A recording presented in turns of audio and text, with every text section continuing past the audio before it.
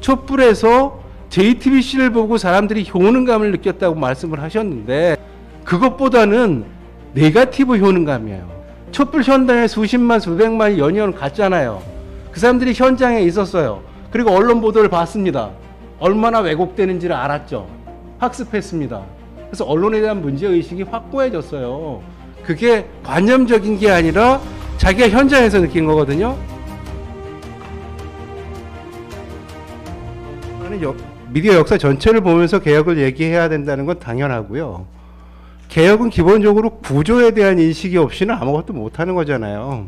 그리고 많은 것들이 반복되고 있다는 걸 이해해야 됩니다. 그래서 그 반복되는 것들이 결국은 구조를 만들어서 우리를 옥죄고 있다는 사실이고요. 근데 문제는 그거에 익숙해지면 개혁에 대한 필요성에 대해서 아무 생각이 없어요. 저는 지금 정부도 약간 그렇다고 보는 겁니다. 스톡홀름 신드롬 비슷한 거죠. 언론에 키드내핑 되어 있는 거 아니냐라는 생각이 들 정도예요. 그렇게 깨지면서 아무것도 안 하니까. 그리고 다 갔습니다. 누굴 탓하죠? 그럼 정부가 언론에 개입하는 게 정치적인 자유의 침해냐? 어느 정부가 언론 관련 정책을 안 한 적이 있어요. 그때 방재현부터 해가지고요. 노무현 정부에서도 당연히 융추이라는 걸 했었고 그게 하나의 포인트를 잡고 하지만 언론계 전반을 돌아보는 겁니다. 기본적으로. 그러면서 지금 더 심각한 문제는 구조적인 약탈. 글로벌 미디어들이 다 와서 약탈해 가도 아무것도 못하는 정부 아닙니까? 알고리즘 핑계대는데 알고리즘 미국도 페이스북 청문회 세워가지고 CEO를 거의 탈탈 털었잖아요. 우리나라 네이버에 대해서 뭘 했죠 정부가? 그런 게 현실이라는 거거든요. 그러니까 그 상황에 대해서 우리가 뭐 문재인 정부가 뭘 했느냐라고 물을 수밖에 없는 건 당연한 것이고요. 그 다음에 그럼 개혁의 대상이 누구냐? 저는 기레기 얘기를 즐겨하지 않습니다. 왜냐하면 기레기라는 담론이 은폐하는 구조가 더 중요하거든요. 지금 문제의 본질이 기레기입니까? 아니거든요. 기자들은 사실 80년대 초반에 나온 책이 무관의 제왕에서 일용직 노동자로라는 책입니다. 기자들의 그 상황을 자조적으로 얘기한 거 아니에요. 그게 80년대예요. 그 이후에 강진만 교수의 표현에 따르면 언론사가 카멜레온에서 하이에나로 바뀌었다. 이 하이에나는요. 적절한 개체수가 확보되면 밀림에서 정글에서 혹은 아프리카에서 당할 자가 없습니다. 몇백 마리 하이에나를 누가 당해요? 다 도망갑니다.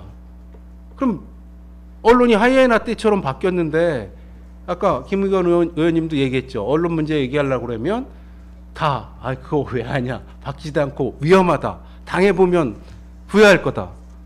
어떻게 보면 언론학자들도 마찬가지입니다.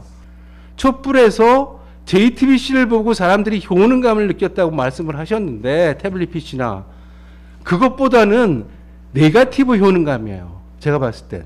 촛불 현장에 수십만 수백만이 연이은 갔잖아요. 그 사람들이 현장에 있었어요. 그리고 언론 보도를 봤습니다. 얼마나 왜곡되는지를 알았죠. 학습했습니다. 그래서 언론에 대한 문제의식이 확고해졌어요. 그게 관념적인 게 아니라 자기가 현장에서 느낀 거거든요. 그렇기 때문에 개혁 의지가 과거와는 훨씬 다른 정도로 강하다고 봐야 돼요. 이걸 수용을 못하면 어떻게 되느냐? 결국 자포자기하거나 아니면 불신, 아무것도 안 하네. 이런 생각을 가질 수밖에 없다는 거죠. 이미 그렇게 바뀐 면도 있다라는 측면에서 좀 아쉬움도 있는 것이고요. 그래서 결론적으로 말씀드리면 이제 기레기 얘기하다가 제가 결국 기레기는 고용되어 있고요. 사주가 있고 언론사가 있는데 오늘 포털 얘기하셨습니다. 언론사가 포털에 노예적으로 종속되어 있다는 얘기까지 나왔습니다.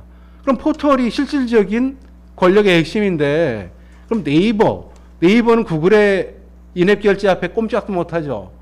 연쇄적인 권력의 고리들이 있다라는 것이고 여기서 우리는 기레기 얘기에 함몰되는 하나도 안 바뀌는 건 맞죠. 결국 빅브라더가 누구냐. 빅브라더는 여러 부류로 나눠질 수도 있어요. 거기에 언론이 또 검찰과 또 유착한 이런 부분들도 있잖아요. 정치 권력과 빅브라더까지 포함한 이 구조가 틀 속에 들어와서 같이 얘기돼야만 언론개혁은 좀 더 진전된 논의가 있지 않겠느냐 하는 생각이 들고요.